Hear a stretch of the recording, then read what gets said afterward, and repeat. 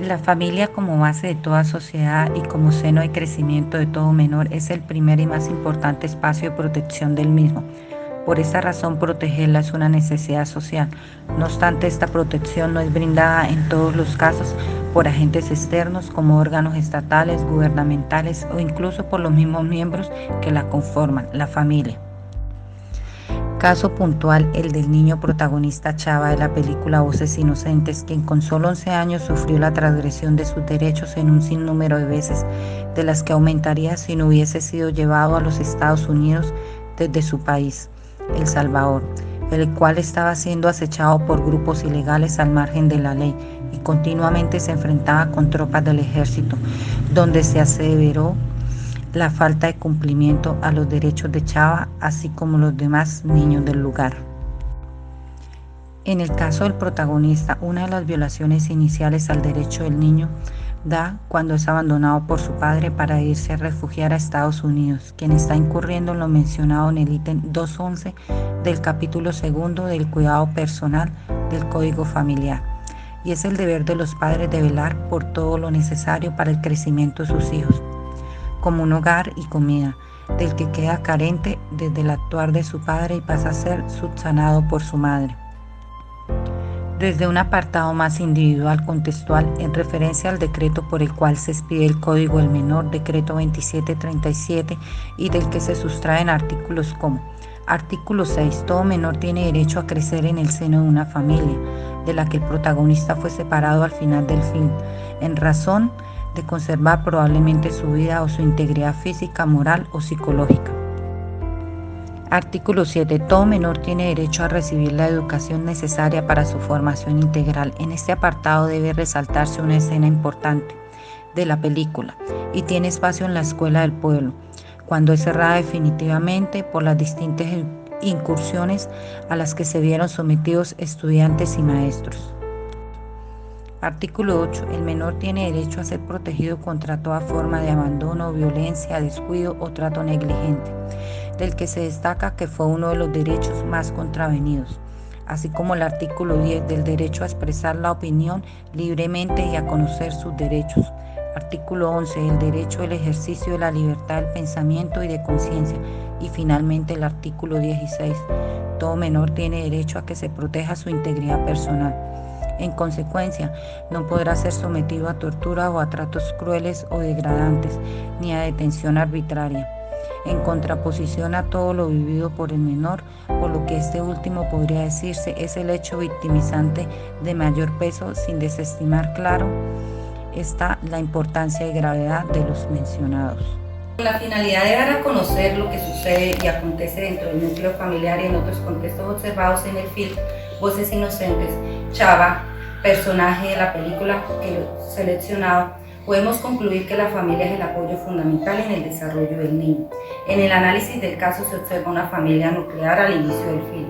El abandono de su padre incurre a llevarla a ser monoparental, ya que su madre es la que se hace cargo de la unidad familiar con una serie de implicaciones sociales, económicas y emocionales. Se puede percibir límites claros establecidos por la mamá de Chava, jerarquía reconocida por ella, alianzas entre Chava y su mamá. De igual forma se presentaron conflictos entre ellos a causa de la inseguridad vivida. Hay crisis no normativas por la incursión de grupos armados, situación que afectó todo el ciclo familiar. De igual forma se presentó una entropía, el caos final a causa de agentes externos, la violencia de los grupos ilegales al margen de la ley cuando Chava cumplió sus 12 años. El plan de intervención desde el enfoque sistémico se puede realizar a partir de la terapia narrativa de Michelle Wine y de Edson. En el caso del niño que fue sometido a la violencia en diferentes escenarios, como torturas, tratos crueles, degradantes, la detención ilegal a causa del conflicto armado, esta terapia está enfocada en el relato del paciente, donde se explora a través de preguntas que conllevan a la revisión de los sucesos que dan forma a la situación problematizadora. Le permite narrar aquello que le acontece, esto con el objetivo de que las personas externalicen sus problemas, separando de sus identidades. De este modo reconocen las historias, saberes y habilidades para la vida. La terapia narrativa utiliza la externalización, una técnica acertada Solución: una práctica lingüística que permite separar a las personas de sus conflictos a través de una conversación problema.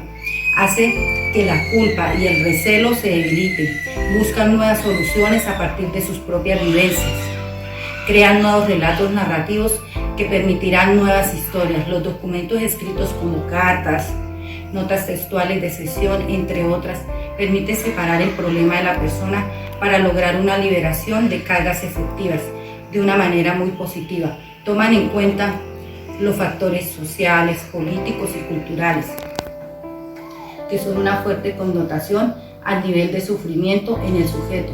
Factores que no pueden cambiar, indispensables para que el paciente se libere de la culpa, generando un proceso de transformación en los significados, logrando así nuevas interpretaciones o experiencias vivenciales.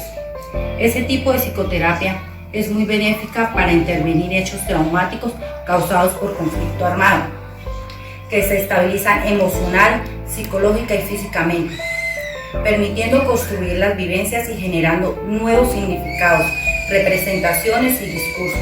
En base a esto, con Chava, esta técnica se puede llevar a cabo donde el terapeuta guía el proceso a través de preguntas. Se le puede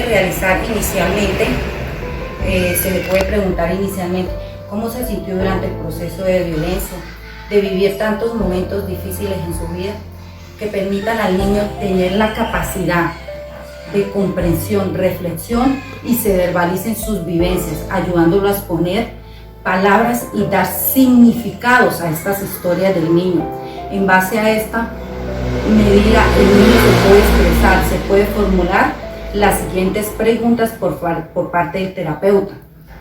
Debe reforzar estos relatos durante la terapia y enaltecer todos los esfuerzos que el niño hace, reconociendo sus actitudes de resiliencia que ha afrontado. De esta manera contribuye a generar cambios positivos, favoreciendo su autoestima e identidad personal y poder continuar con su proyecto de vida.